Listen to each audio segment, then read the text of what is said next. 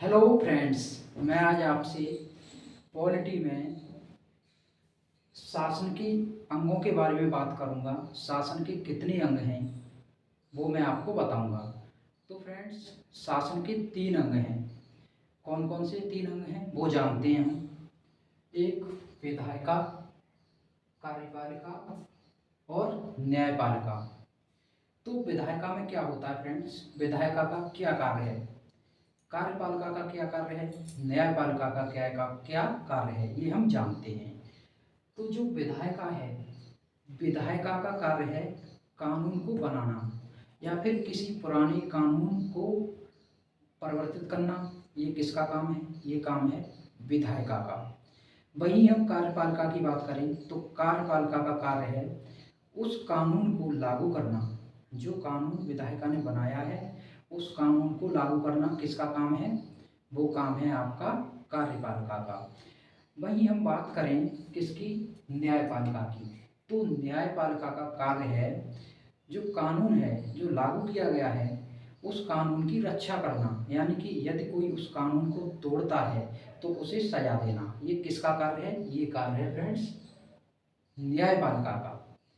वहीं हम बात कर लें विधायिका, तो विधायिका को दो दो स्टेज में लागू किया जाता है, एक केंद्र सरकार द्वारा, एक राज्य सरकार द्वारा।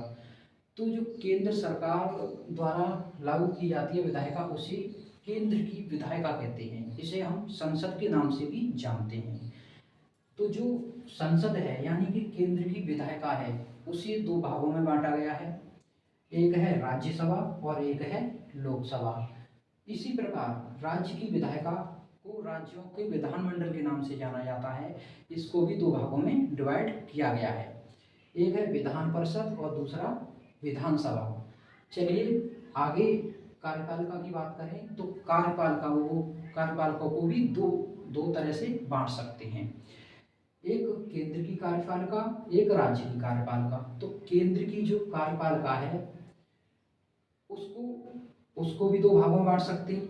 इसी तरह राज्य की कार्यपालिका को भी।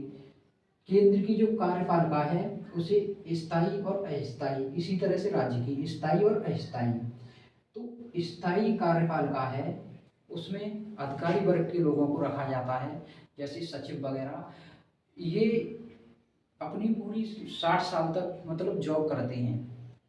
जबकि जो अस्थायी हैं ये 5 साल के लिए निर्वाचित किए जाते हैं, डायरेक्ट या इनडायरेक्ट रूप से जनता के द्वारा ये चुने जाते हैं। जैसे कि इसमें केंद्र में राष्ट्रपति, उपराष्ट्रपति, मंत्रिपरिषद। तो मंत्रिपरिषद में प्रधानमंत्री, कैबिनेट मंत्री, राज्य मंत्री, उपमंत्री व राज्य मंत्री स्वतंत्र प्रभार, ये सभी शामिल होते हैं मंत्रिपरिषद में।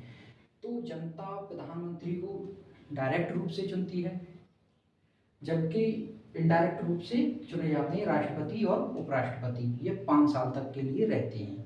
इसी तरीके से राज्य की कार्यपालिका एक स्थायी और अस्थायी। स्थायी में तो अधिकारी वर्ग है ही जो 60 वर्ष तक जॉब करते हैं अपनी। वहीं इधर अस्थायी में बात करें तो राज्य में राज्यपाल, मुख्यमंत्री, ये सभी आते हैं। तो फ्रेंड्स, इधर हम बात कर रहे थे राज्यसभा की। तो राज्यसभा को रखा गया है संसद को आर्टिकल 79 में, राज्यसभा को 80 में और लोकसभा को 81 में। ये हमें आर्टिकल याद रखने हैं। तो एक ट्रिक, सरला सरला, स से संसद, र से राज्यसभा, इससे लोकसभा। तो संसद 79 में और ये 80 में और ये 81 में, ये इनके आर्टिकल हैं।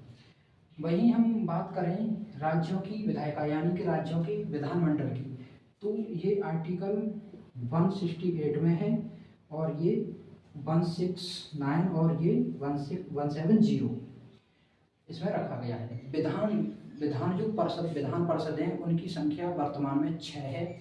वो कौन से हैं, एक यूपी में और बिहार, यूपी, बिहार, आपका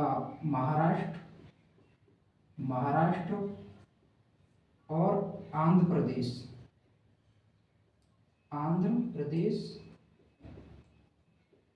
तेलंगाना और कर्नाटक।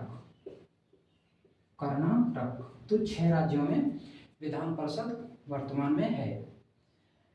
तो फ्रेंड्स आगे हम बात कर चुके विधायिका की, कार्यपालिका की। अगर हम राष्ट्रपति की बात करें, राष्ट्रपति की जो केंद्र के अस्थायी कार्यपालिका में शामिल है, तो ये आर्टिकल इसका पद 52 में है। किसमें है? आर्टिकल 52 में। वही मंत्रिपरिषद 74 और इसमें जो प्रधानमंत्री शामिल होता है वो 75 में है। हम बात कर चुके विधायिका की, कार्यपालिका की। अब हम बात करते हैं न्यायपालिका की। तो न्यायपालिका केंद्र और राज्य के लिए अलग अलग नहीं है, ये एकीकृत है। एकीकृत मतलब सबसे ऊपर सुप्रीम कोर्ट आर्टिकल 124, इसके नीचे हाई कोर्ट 214 और फिर इसके नीचे डिस्ट्रिक्ट कोर्ट। इस तरीके से ये शासन के अंग हमने समझे किस तरीके से डिवाइड किए गए हैं। तो दोस्तों वीडियो को लाइक करें, दोस्तों के साथ शेयर करें और चैनल को सब्सक्राइब करें। Thank you.